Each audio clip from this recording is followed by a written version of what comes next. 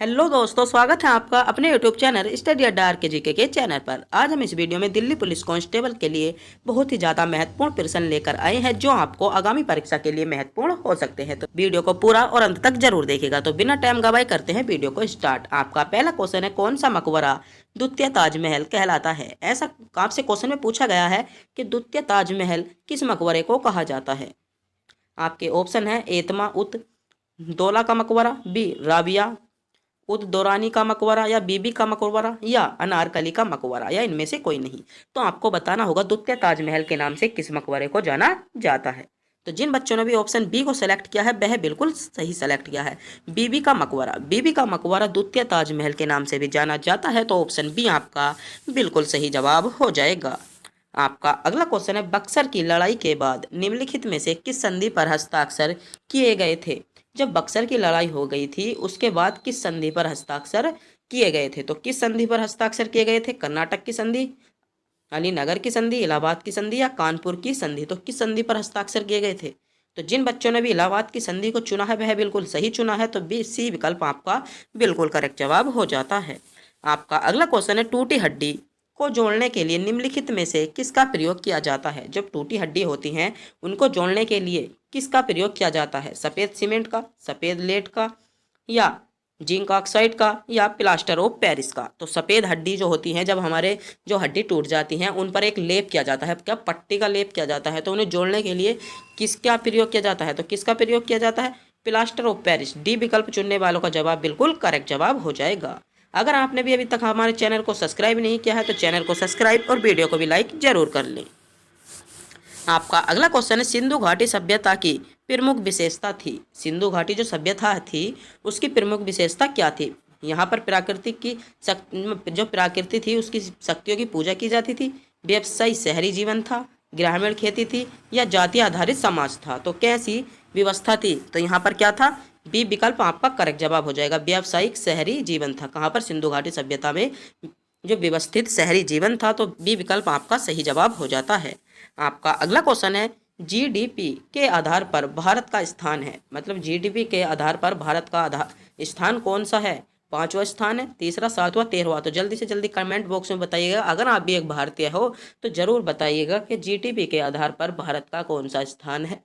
तो कौन सा स्थान है? सातवां स्थान आपका बिल्कुल करेक्ट जवाब हो जाएगा। क्या सातवां स्थान जिन बच्चों ने भी चुना था वह बिल्कुल सही चुना था। आपका अगला क्वेश्चन है, निम्नलिखित में से कौन सा शहर उष्ण जोन में नहीं आता? ऐसा कौन सा शहर है जो उष्ण जोन में नहीं आता? आपके ऑप्शन है चेन्नई, मुंबई, जयपुर, या जोधपुर। तो उष्ण जोन में नहीं आता ऐसा कौन सा शहर है? तो सी विकल्प जिन बच्चों ने भी चुना है वह बिल्कुल सही चुना है, जयपुर। जयपुर एक ऐसा शहर है जो दिए गए विकल्पों के अनुसार जो उष्ण जोन में नहीं आता है। आपका अगला क्वेश्चन है, भारत के स्वतंत्र संग्राम के दौरान किस आंदोलन की शुरुआत दांडी यात्रा से हुई थी? तो दांडी यात्रा से किस आंदोलन की शुरुआत हुई थी? स्वदेशी आंदोलन से, असहयोग आंदोलन, भारतीय भारत छोड़ो आंदोलन, या सवज्ञा वंदना अवज्ञा आंदोलन? तो दांडी यात्रा से जो शुरुआत की थी, जो दांडी शहर था मतलब एक यात्रा थी, उससे किस आंदोलन की शुरुआत की गई थी? तो डी विकल्प जिन बच्चों ने भी चुना है वह बिल्कुल सही चुना है, सवर्ण अवज्ञा आंदोलन। सवर्ण अवज्ञा आंदोलन आपका करेक्ट जवाब हो जाएगा।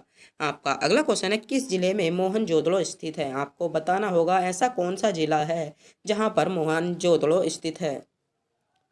तो ए विकल्प आपका करेक्ट जवाब हो जाएगा, क्या? लरकाना। लरकाना जिला आपका सही जवाब हो जाता है।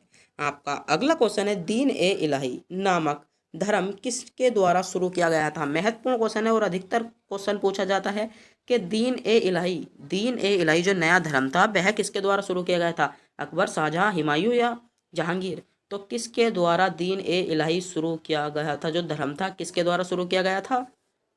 जिन बच्चों ने भी विकल्प ए को चुना है अकबर को चुनने वालों का बिल्कुल करेक्ट जवाब हो जाएगा। आपका अगला क्वेश्चन है, अमरावती, अर्कवती, भवानी किसकी सहायक नदियां हैं? कावेरी, कृष्णा, गोदावरी, या नर्मदा की? तो किसकी सहायक नदियां हैं? किसकी सहायक नदियां? जल्दी से जल्दी कमेंट बॉक्स में बताइएगा कि किसकी सहायक नदियां हैं। तो किसकी सहायक नदियां हैं? तो ए विकल्प आपका करेक्ट जवाब हो जाएगा, कावेरी नदी की। किसकी सहायक नदियां हैं? कावेरी नदी आपका सही जवाब हो जाता। आपका अगला क्वेश्चन है, भूदान योजना की शुरुआत किसने की थी? जो भूदान योजना की शुरुआत की गई थी वह किसने की थी?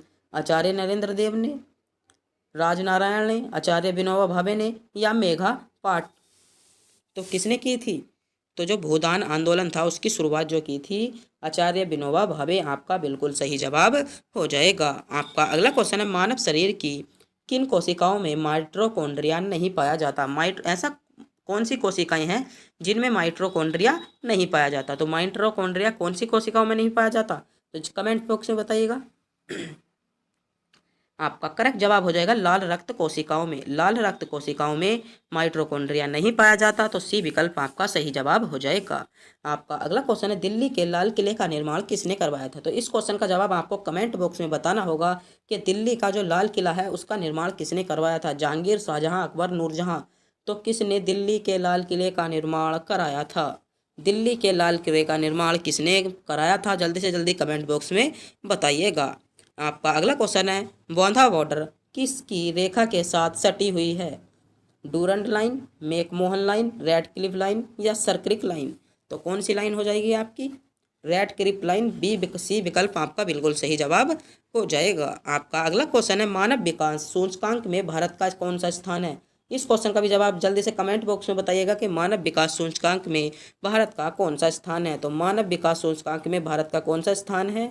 आपके ऑप्शन दिए गए हैं, ए 126वां, बी 127वां, 129वां या 128वां। तो कौन सा स्थान है? 129वां स्थान आपका बिल्कुल करेक्ट जवाब हो जाएगा। वो सॉरी, इसमें 126वां स्थान आपका सही जवाब हो जाता है। क्या 126वां स्थान आपका बिल्कुल करेक्ट जवाब हो जाएगा। आपका अगला क्वेश्चन है, निम्नलिखित में से किसमें न्यूट्रॉन अनुपस्थित होते हैं? न्यूट्रॉन किसमें अनुपस्थित होते हैं? तो किसमें होते हैं? हीलियम, हाइड्रोजन, ऑक्सीजन या बेरियम में? तो किसमें न्यूट्रॉन अनुपस्थित होते हैं? तो किसमें होते हैं? अनुपस्थित होते हैं। अनुपस्थित पूछा गया है तो ऑक्सीजन आपका सही जवाब हो जाएगा। क्या ऑक्सीजन आपका करेक्ट जवाब हो जाता है। आपका अगला क्वेश्चन है, भारत कैंसर अनुसंधान संस्थान कहाँ पर स्थित है? महत्वपूर्ण क्वेश्चन है, आपसे क्वेश्चन में पूछा जा रहा है जो कैंसर अनुसंधान है वह कहाँ पर स्थित है? आपके ऑप्शन दिए गए हैं, कोलकाता, चेन्नई, मुंबई या नई दिल्ली। तो कहाँ पर है कैंसर अनुसंधान आपका? मुंबई सही जवाब हो जाएगा। सी विकल्प जिन्होंने बच्चों ने भी चुना है वह बिल्कुल सही जवाब चुना है। क्या सी विकल्प चुनने वालों का जवाब बिल्कुल करेक्ट जवाब हो। आपका अगला क्वेश्चन है, निम्नलिखित में से कौन सा विश्व का पहला और सबसे पुराना संघ है? विश्व का सबसे पुराना और पहला संघ कौन सा है?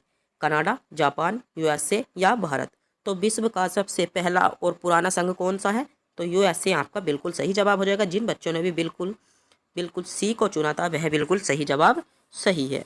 आपका अगला क्वेश्चन है, इनमें से किस पुरस्कार की स्थापना सबसे अंत में की गई? किस पुरस्कार की स्थापना सबसे अंत में की गई थी? तो आपको 4 विकल्प दिए गए हैं, बताना होगा किस पुरस्कार की स्थापना सबसे अंत में की गई थी। दादा साहेब फाल्के अवार्ड, भारतीय ज्ञानपीठ अवार्ड या अर्जुन अवार्ड या राजीव गांधी खेल रत्न अवार्ड? तो कौन सा ऐसा पुरस्कार था जिसकी स्थापना सबसे बाद में की गई? तो किसकी अब स्थापना की गई थी? जिन बच्चों ने विकल्प डी को चुना है वह बिल्कुल सही चुना गया है। तो डी विकल्प आपका करेक्ट जवाब हो जाएगा। राजीव गांधी खेल रत्न पुरस्कार आपका सही जवाब हो जाता है। आपका अगला क्वेश्चन है, किस युद्ध में रॉबर्ट क्लाइव युद्ध के बंदी थे? जो रॉबर्ट क्लाइव थे युद्ध में के बंदी थे, तो किस युद्ध में थे? प्रथम आपके ऑप्शन है, द्वितीय कनाडा युद्ध, तृतीय कनाडा युद्ध, 7 वर्षीय युद्ध या प्रथम कनाडा युद्ध? तो कौन सा युद्ध हो जाएगा? डी विकल्प आपका बिल्कुल करेक्ट जवाब हो जाता है। आपका अगला क्वेश्चन है और महत्वपूर्ण क्वेश्चन है, क्वेश्चन नंबर 15। सबसे ज़्यादा क्वेश्चन पूछे जाने वाला है, भूदान योजना की शुरुआत किसने की थी? भूदान जो योजना थी उसकी शुरुआत किसने की थी? आपसे क्वेश्चन में पूछा गया है कि भूदान योजना की शुरुआत किसने की थी? आचार्य नरेंद्र देव ने, राजनारायण ने, आचार्य विनोबा भावे ने या मेघा पाटकर ने? तो किसने भूदान योजना की शुरुआत की थी? तो किसने की थी? आचार्य विनोबा भावे। सी विकल्प को चुनने वालों का जवाब बिल्कुल सही जवाब हो जाएगा। आपका अगला क्वेश्चन है, कॉफी अनन किस देश से है? जो कॉफी अनन है वह किस देश से है? रूस, नाइजीरिया, सीरालोन या घना? तो किससे है? घना आपका बिल्कुल करेक्ट जवाब हो जाएगा। ऑप्शन डी आपका सही जवाब हो जाता है। आपका अगला क्वेश्चन है, किसी वस्तु का द्रव्यमान निर्भर करता है? आपके फिजिक्स के क्वेश्चन लिया गया है कि किसी वस्तु का जो द्रव्यमान होता है वह किस चीज़ पर निर्भर करता है? पृथ्वी की मात्रा पर, पृथ्वी के आधार पर, जी के मान पर या इनमें से कोई नहीं? तो डी विकल्प आपका करेक्ट जवाब हो जाता है, इनमें से कोई नहीं। क्या जवाब हो जाएगा? डी विकल्प आपका सही जवाब हो जाएगा। आपका अगला क्वेश्चन है, भारत में कौन सी मिट्टी सर्वाधिक है? भारत में सर्वाधिक मिट्टी कौन सी पाई जाती है? तो कौन सी मिट्टी भारत में सर्वाधिक पाई जाती है? जिन बच्चों ने भी ऑप्शन बी को चुना है वह बिल्कुल सही चुना है, अलूवियल। अलूवियल मिट्टी भारत में सर्वाधिक पाई जाती है, तो बी आपका करेक्ट जवाब हो जाएगा। क्या ऑप्शन बी आपका सही जवाब हो जाता है? आपका अगला क्वेश्चन है, स्टेट बैंक ऑफ इंडिया की स्थापना मतलब कब की गई थी? जो स्टेट बैंक ऑफ इंडिया है उसकी स्थापना कब की गई थी? 1 जुलाई 1955 को, 1 अप्रैल 1935 को, 12 जुलाई 1982 को या 24 जुलाई 1865 को? तो स्टेट बैंक ऑफ इंडिया की स्थापना कब की गई थी? तो स्टेट बैंक ऑफ इंडिया की स्थापना कब की थी? 1 जुलाई 1955 को। ए विकल्प को चुनने वालों का जवाब बिल्कुल सही जवाब हो जाएगा। 1 जुलाई 1955 को स्टेट बैंक ऑफ इंडिया की स्थापना की गई थी। आपका अगला क्वेश्चन है, मसालों की रानी किसे कहा जाता है? महत्वपूर्ण क्वेश्चन है, आपसे क्वेश्चन पूछ लिया जाता है साधारण रूप से कि मसालों की रानी किसे कहा जाता है। आपके ऑप्शन है काजू को, किशमिश को, इलायची को या लाल मिर्च को। तो मसालों की रानी किसको कहा जाता है? तो इलायची को कहा जाता है। सी आपका बिल्कुल करेक्ट जवाब हो जाएगा। आपका अगला क्वेश्चन है, किरू जल विद्युत परियोजना किस राज्य में स्थित है? महत्वपूर्ण क्वेश्चन है, आपसे पूछ लिया जाएगा कि किरू जो जल विद्युत परियोजना है वह किस राज्य में स्थित है। आपके ऑप्शन है, ए जम्मू कश्मीर में स्थित है, बी हिमाचल प्रदेश में, सी उत्तराखंड या उत्तर प्रदेश। तो जल्दी से जल्दी बताइएगा कि किरू जल विद्युत परियोजना, किरू जल विद्युत परियोजना किस राज्य में स्थित है? तो किरू जल विद्युत परियोजना किस राज्य में स्थित है? तो आपका सही जवाब हो जाएगा जम्मू और कश्मीर। विकल्प ए आपका बिल्कुल करेक्ट जवाब हो जाता है। आपका अगला क्वेश्चन है, निम्नलिखित में से कौन सा आर्थिक विकास का सहगिमी है? आर्थिक विकास का सहगिमी कौन सा है? तो मुद्रास्फीति आपका करेक्ट जवाब हो जाएगा। क्या ए विकल्प आपका सही जवाब हो जाता है? ए विकल्प आपका बिल्कुल करेक्ट जवाब हो जाएगा। आपका अगला क्वेश्चन है, अरावली और विंध्याचल क्षेत्र के बीच कौन सा पठार पाया जाता है? छोटे नागपुर का पठार, दक्कन का पठार, उपरोक्त में से कोई नहीं या मालाबार का पठार? तो कौन सा पठार जो अरावली क्षेत्र है और विंध्याचल क्षेत्र है, जो विंध्या क्षेत्र और अरावली क्षेत्र है इन दोनों के मध्य है, इन दोनों के मध्य है, कौन सा पठार पाया जाता है? तो कौन सा पठार पाया जाता है? जल्दी से जल्दी बताइएगा। तो आपका सही जवाब हो जाएगा डी विकल्प। जिन बच्चों ने भी चुना है वह बिल्कुल सही चुना है, मालाबार का पठार। कौन सा? मालाबार का पठार आपका बिल्कुल सही जवाब हो जाएगा। आपका अगला क्वेश्चन है, कौन सी संरचना अंतःस्रावी ग्रंथि नहीं है? आपको बताना होगा अंतःस्रावी ग्रंथि कौन सी नहीं है? पीयूष ग्रंथि, थायराइड ग्रंथि, अधिवृक्क ग्रंथि या ब्रक? तो कौन सी ग्रंथि अंतःस्रावी ग्रंथि नहीं है? तो डी विकल्प आपका करेक्ट जवाब हो जाएगा। ब्रक ग्रंथि जो है वह अंतःस्रावी ग्रंथि नहीं है, तो डी विकल्प आपका बिल्कुल सही जवाब हो जाता है। आपका अगला क्वेश्चन है, संविधान के किस अनुच्छेद में समान न्याय एवं निःशुल्क विधि संहिता का प्रावधान है? आपको बताना होगा कि ऐसा कौन सा आर्टिकल है जिसमें समान न्याय और निःशुल्क विधि संहिता या सहायता का प्रावधान दिया गया है। अनुच्छेद 30, अनुच्छेद 39 के क्या में, अनुच्छेद 25 या अनुच्छेद 33? तो किस में दिया गया है? आपका करेक्ट जवाब हो जाता है बी विकल्प आपका करेक्ट जवाब हो जाएगा, अनुच्छेद 39 के क्या में। अनुच्छेद 39 का क्या आपका सही जवाब हो जाएगा। आपका अगला क्वेश्चन है, स्वतंत्र भारत में राज्यसभा की पहली बैठक किस वर्ष हुई थी? तो इस क्वेश्चन का जवाब आपको कमेंट बॉक्स में बताना होगा। क्वेश्चन नंबर 26 आपको टेस्ट के रूप में दिया गया है। महत्वपूर्ण क्वेश्चन है, आपको बताना होगा। अगर आप इस क्वेश्चन का जवाब नहीं जानते हैं तो डरने की कोई जरूरत नहीं, आपको कमेंट बॉक्स में मिल जाएगा। स्वतंत्र भारत में राज्यसभा की पहली बैठक कब हुई थी? 1950, 1952, 1953 या 1954 में? तो कब हुई थी? जल्दी से जल्दी कमेंट बॉक्स में बताइएगा। आपका अगला क्वेश्चन है, बड़ी आंत की लंबाई कितनी होती है? बड़ी आंत की लंबाई कितनी होती है? आपके ऑप्शन है 1 मीटर, 2 मीटर, 1.5 मीटर या 3 मीटर। तो बड़ी आंत की लंबाई कितनी होती है? बड़ी आंत की लंबाई कितनी होती है? आपका सही जवाब हो जाएगा 1.5 मीटर। कितनी? 1.5 मीटर। जो बड़ी आंत होती है उसकी जो लंबाई होती है 1.5 मीटर होती है। जो आपकी छोटी आंत होती है उसकी कितनी होती है? आपकी हो जाती है 5 से कितनी? 5 से 7 फीट के बीच में। फीट आपको यहाँ पर ध्यान रखना है, यहाँ पर फीट है और यहाँ पर मीटर है। तो कितने? 5 से 7 फीट के बीच में आपकी लंबाई हो जाती है। आपका अगला क्वेश्चन है, भारत के वित्त आयोग का गठन, जो भारत के वित्त आयोग का गठन कौन करता है? आपके ऑप्शन है ए राष्ट्रपति, संसद, प्रधानमंत्री या अध्यक्ष। तो जो भारत के वित्त आयोग है उसका गठन कौन करता है? तो कौन करता है? राष्ट्रपति आपका बिल्कुल सही जवाब हो जाएगा। आपका अगला क्वेश्चन है, चंद्रमा पृथ्वी के चारों ओर अपना एक चक्कर पूरा करता है। चंद्रमा जो है वह पृथ्वी के चारों ओर अपना चक्कर कितने दिनों में पूरा करता है? 27 दिनों में, 28 दिनों में, 29 दिनों में या 30 दिनों में? तो कितने दिनों में चंद्रमा पृथ्वी के चारों ओर अपना चक्कर पूरा करता है? तो कितने दिनों में करता है? 27 दिन आपका बिल्कुल सही जवाब हो जाएगा। तो ए विकल्प आपका करेक्ट जवाब हो जाता है, 27 दिनों में पूरा कर लेता है। आपका अगला क्वेश्चन है, UIIC मुख्यालय में स्थित है, मतलब इसका मुख्यालय कौन से या कहाँ पर स्थित है? ऑप्शन है चेन्नई में, केरल में, बेंगलोर में या मंगलोर में। तो कहाँ पर स्थित है? तो चेन्नई, ऑप्शन ए विकल्प को चुनने वालों का जवाब बिल्कुल करेक्ट जवाब हो जाए।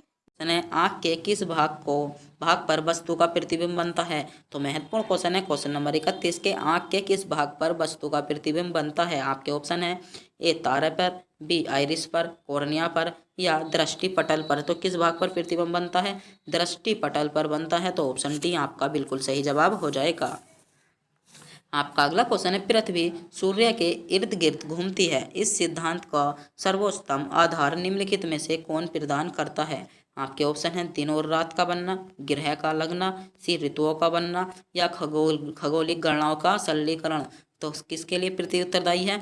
तो ऋतुओं का बनना। जो पृथ्वी घूमती है उसके कारण ही ऋतुएं बनती हैं। जो हमारी ऋतुएं आती हैं जैसे गर्मी का मौसम, सर्दी का मौसम, तो उसके किसके पृथ्वी के घूमने के कारण ही आती हैं।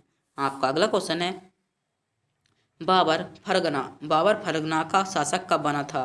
तो 1594 में, 1494 में, 1445 में या 1394। तो कौन सा सही जवाब हो जाएगा? 1594 आपका बिल्कुल सही जवाब हो जाता है। क्या सॉरी, आपका सही जवाब क्या हो जाएगा इसमें? क्वेश्चन नंबर 33 का 1494 आपका सही जवाब हो जाएगा। आपका अगला क्वेश्चन है, विश्राम के समय मानव हृदय 1 मिनट में कितनी बार धड़कता है? जब विश्राम का समय होता है तो मानव हृदय 1 मिनट में कितनी बार धड़कता है? आपके ऑप्शन है 80 बार, 72 बार, 180 बार या 160 बार। तो मानव हृदय कितनी बार धड़कता है? तो 72 बार धड़कता है। तो ऑप्शन बी आपका सही जवाब हो जाएगा। आपका अगला क्वेश्चन है, संयुक्त राष्ट्र संघ दिवस कब बनाया जाता है? आपके ऑप्शन है ए 14 जनवरी को, 24 अगस्त को, 24 सितंबर को या 24 अक्टूबर को। तो कब बनाया जाता है? 24 जनवरी, 24 अगस्त, 24 सितंबर कब बनाया जाता है? तो आपका सही जवाब क्या हो जाएगा? आपका करेक्ट जवाब हो जाता है 24 अक्टूबर को। संयुक्त राष्ट्र संघ दिवस 24 अक्टूबर को मनाया जाता है। आपका अगला क्वेश्चन है, टिहरी बांध किस राज्य में स्थित है? टिहरी बांध किस राज्य में स्थित है? टिहरी बांध किस राज्य में स्थित है? आपके ऑप्शन है मध्य प्रदेश में, बी राजस्थान में, सी उत्तराखंड में या बिहार में। तो टिहरी बांध किस राज्य में स्थित है? उत्तराखंड आपका सही जवाब हो जाएगा। तो ऑप्शन सी आपका बिल्कुल सही जवाब हो जाता है। आपका अगला क्वेश्चन है, लज्जा पुस्तक किसकी लेखिका की है? मतलब लज्जा जो पुस्तक है वह किस लेखिका की है? तो तस्लीमा नसरीन की लज्जा पुस्तिका है। तो क्वेश्चन नंबर 37 है, एग्जाम की दृष्टि से बहुत महत्वपूर्ण क्वेश्चन होने वाला है। आपसे पूछा जा सकता है कि लज्जा पुस्तक किसकी है? तो तस्लीमा नसरीन की। ऑप्शन डी आपका सही जवाब हो जाएगा। आपका अगला क्वेश्चन है, डेविस कप का संबंध किस खेल से है? डेविस कप का संबंध किस खेल से है? आपके ऑप्शन है ए फुटबॉल से, बी लॉन टेनिस से, सी क्रिकेट से या हॉकी से। तो डेविस कप का संबंध किससे है? तो डेविस कप का संबंध आपका ऑप्शन बी लॉन टेनिस और लॉन टेनिस, ऑप्शन बी आपका बिल्कुल सही जवाब हो जाता है।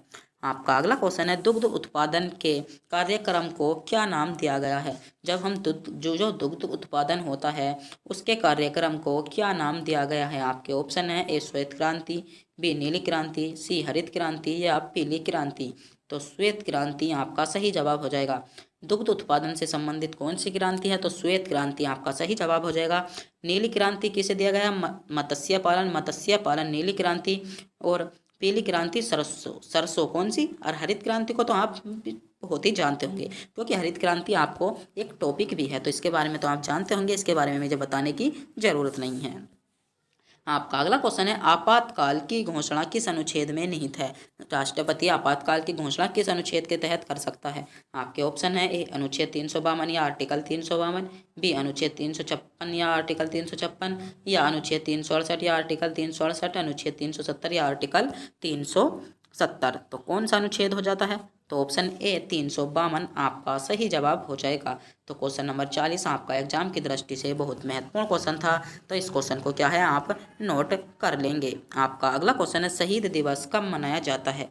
शहीद दिवस कब मनाया जाता है, आपके ऑप्शन है 1 जनवरी को, बी 30 जनवरी को, 21 मई को या 20 अगस्त को। तो शहीद दिवस कब मनाया जाता है, तो आपका सही जवाब क्या हो जाता है, शहीद दिवस 30 जनवरी को मनाया जाता है। कब, शहीद दिवस 30 जनवरी, ऑप्शन बी आपका सही जवाब हो जाता है।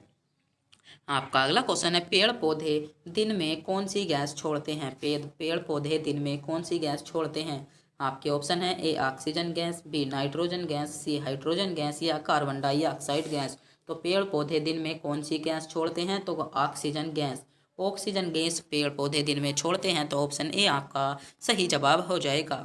आपका अगला क्वेश्चन है निम्नलिखित में से कौन सा परंपरागत ऊर्जा का स्रोत नहीं है। परंपरागत ऊर्जा का स्रोत निम्नलिखित में से कौन सा नहीं है, सूर्य, पवन चक्की, कोयला या सागरीय तरंगे। तो आपको कमेंट बॉक्स में बताना होगा कि परंपरागत ऊर्जा का स्रोत निम्नलिखित में से कौन सा नहीं है। तो कौन सा नहीं है जल्दी से जल्दी कमेंट बॉक्स में बताइएगा। तो कमेंट बॉक्स में जल्दी से जल्दी बताइएगा। आपका अगला क्वेश्चन है भारत में सबसे ज़्यादा दूध किस राज्य में उत्पादित होता है। भारत में सबसे ज़्यादा जो दूध उत्पन्न होता है वह किस राज्य में होता है। आपके ऑप्शन है ए पंजाब में, बी हरियाणा में, सी गुजरात में या उत्तर प्रदेश में। तो किस राज्य में दूध का उत्पादन सबसे अधिक होता है, तो आपका करेक्ट जवाब हो जाएगा उत्तर प्रदेश में दूध का उत्पादन सबसे अधिक होता है। तो ऑप्शन डी आपका बिल्कुल सही जवाब हो जाता है। आपका अगला क्वेश्चन है अंतरिक्ष में सर्वप्रथम जाने वाला मानव का नाम बताइए। अंतरिक्ष में सर्वप्रथम कौन गया था, तो क्वेश्चन नंबर 45 भी आपको कमेंट बॉक्स में बताना होगा, क्योंकि इसका जो जवाब होता है वह सभी बच्चों को पता होता है कि अंतरिक्ष में सबसे पहले कौन गया था। तो अंतरिक्ष में सबसे पहले कौन गया था, जल्दी से जल्दी बताइए। मैं चंद्रमा पर जाने की बात नहीं कर रहा, मैं अंतरिक्ष में जाने की बात कर रहा हूँ। आपका अगला क्वेश्चन है निम्नलिखित में से कौन सी मिश्र धातु है। मिश्रित धातु निम्नलिखित में से कौन सी है। आपके ऑप्शन है ए चांदी, बी लोहा, सी जस्ता या पीतल। तो निम्नलिखित में से मिश्रित धातु कौन सी है, तो निम्नलिखित में से मिश्रित धातु पीतल आपका बिल्कुल सही जवाब हो जाएगा। पीतल जो है एक मिश्रित धातु है, तो ऑप्शन डी आपका बिल्कुल सही जवाब हो जाएगा। आपका अगला क्वेश्चन है पृथ्वी की भूपर्पटीय पर सर्वाधिक उपलब्ध अधातु कौन सी है। आपके ऑप्शन है carbon, B silicon, C sulphur या फास्फोरस। तो कौन सी धातु जो अधातु भी है और पृथ्वी की जो भूपर्पटी है उस पर सर्वाधिक मात्रा में पाई जाती है, तो कौन सी धातु पाई जाती है, बी आपका सही जवाब हो जाएगा। क्या, सिलिकॉन आपका सही जवाब हो जाता है। आपका अगला क्वेश्चन है पृथ्वी में कार्बन का विशुद्ध रूप कौन सा है। पृथ्वी पर कार्बन का विशुद्ध रूप कौन सा है, तो कौन सा विशुद्ध रूप है, तो आपका करेक्ट जवाब क्या हो जाएगा, हीरा। हीरा विशुद्ध रूप है। कौन सा, हीरा। ऑप्शन डी आपका बिल्कुल सही जवाब हो जाएगा। अधिकतर बच्चे क्या लगाते हैं यहाँ पर, कोयला लगाते हैं। क्या लगाते हैं, कोयला। अधिकतर बच्चे यहाँ पर जवाब लगाते हैं। आपका अगला क्वेश्चन है जीवन का प्रादुर्भाव किस में हुआ। जो जीवन का प्रादुर्भाव था वह किससे हुआ। आपके ऑप्शन है जल से, वायु से, पृथ्वी से या आकाश से। तो किससे हुआ, तो महत्वपूर्ण क्वेश्चन है, तो जल्दी से जल्दी बताइए किससे हुआ था। तो आपका सही जवाब क्या हो जाएगा, जल से हुआ था। किससे, जल। आपका ऑप्शन ए आपका बिल्कुल सही जवाब हो जाएगा। आपका अगला क्वेश्चन है सूर्य से उत्सर्जित पराबैंगनी किरणें को कौन सी गैस रोकती है। जो सूर्य से उत्सर्जित पराबैंगनी किरणें आती हैं उसे कौन सी गैस रोकती है। तो कौन सी गैस जो सूर्य से पराबैंगनी किरणें आती हैं उनको रोकती है। आपके ऑप्शन है A ozone gas, B oxygen gas, C nitrogen gas या कार्बन डाइऑक्साइड गैस। तो कौन सी गैस ऐसी है जो सूर्य से पराबैंगनी किरणें आती हैं उनको रोकती है। तो इस क्वेश्चन का जवाब जानने से पहले अगर आप भी हमारे चैनल पर नए हो तो चैनल को सब्सक्राइब, वीडियो को लाइक और एक प्यारे से कमेंट में यह बताना ना भूलें कि आपको वीडियो कैसी लगी, और यह भी बताना ना भूलें कि आप इनमें से कितने क्वेश्चनों का जवाब जानते थे। अगर आप क्वेश्चन नंबर 50 का जवाब जानते हैं तो कमेंट बॉक्स में बताइए कि सूर्य से उत्सर्जित पराबैंगनी किरणों को कौन सी गैस रोकती है। तो जल्दी से जल्दी बताइएगा कि कौन सी गैस रोकती है। मैं कमेंट बॉक्स पढ़ रहा हूँ, कमेंट देख रहा हूँ कि मैं कौन सी गैस रोकती है। तो अभी तक किसी बच्चे ने नहीं बताया, आप बताइए जल्दी से जल्दी कि सूर्य से उत्सर्जित पराबैंगनी किरणों को कौन सी गैस रोकती है।